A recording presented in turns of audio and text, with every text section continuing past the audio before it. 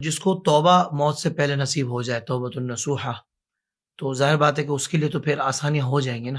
بالکل بالکل، ایمان کی حالت پر جس کا انتقال ہوا، اب دیکھیں سزا اور جزا یہ رب تبارک و تعالیٰ کا، اس میں کلی طور پر اختیار رب تعالیٰ صحیح۔ کے اس کی ملکیت میں ہے۔ وہ جس بندے کو سزا دے، جس بندے کو جزا دے۔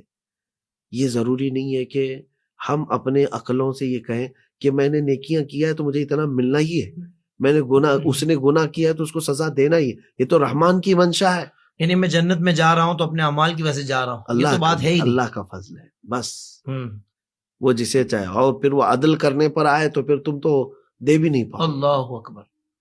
اگر تم وہ اللہ کریم جو ہے عدل کرنے پر آئے تو بڑے بڑے پرہیزگار جو 200 سال کی عبادت کیے ان کے تقوی بھسم ہو جائیں گے، کسی ایک چیز میں پکڑ ہو جائے گی۔ تو رب تبارک و تعالیٰ کے حضور، آپ نے صرف یہ پوچھا کہ توبہ کر لے بندہ تو اس کے لیے امن ہے، نہیں پھر بھی توبہ کر کے بھی انتقال کیا ہو، رب تعالیٰ کی فضل سے امید لگائے رکھے، کیونکہ اس دن رب تبارک و تعالیٰ ارحم الراحمین بھی ہے، سخت پکڑ کرنے والا بھی ہے لیکن ارحم الراحمین بھی ہے۔ بہت سارے بندوں کو بے حساب معاف بھی کیا جائے گا اور کچھ کو تو پکڑا بھی جائے گا، لیکن جہاں تک مجھے یہ سمجھ میں آیا آیتوں کو پڑھنے کے بعد، جو بندہ اترایا گناہوں پر، گھمنڈ کیا، بے خوف ہو کر کے جینے لگا، کچھ نہیں ہوگا میرا، کون کیا بگاڑے گا، تو اس کی تو پکڑ ہوگی، اس کی پکڑ ہوگی، اس کو سزا چکھائی جائے گی۔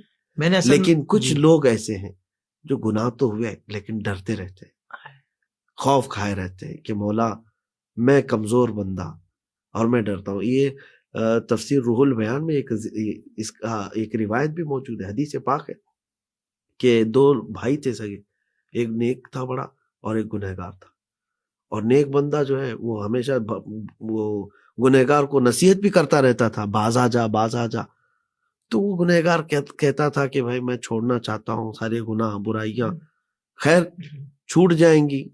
تو یہ تکرار کسی دن ایسی بڑھی کہ وہ نیک بندے نے کہا کہ تو کبھی نہیں سدھرے گا اور تجھے اللہ کبھی نہیں معاف کرے گا، تو اسی حالت میں مرے گا۔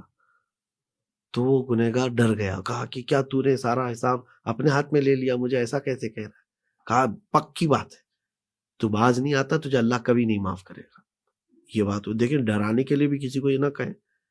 اب دونوں کا انتقال ہوا تو رب تبارک و تعالیٰ دونوں کو اٹھائے، اور پھر اس نیک بندے کا جو حساب ہوا شروع میں، کہا کہ تیری نیکیاں سب اپنی جگہ پر، میرے ایک بندے کو میری رحمت سے دور کرنے والا تو کون ہے؟ اللہ اکبر۔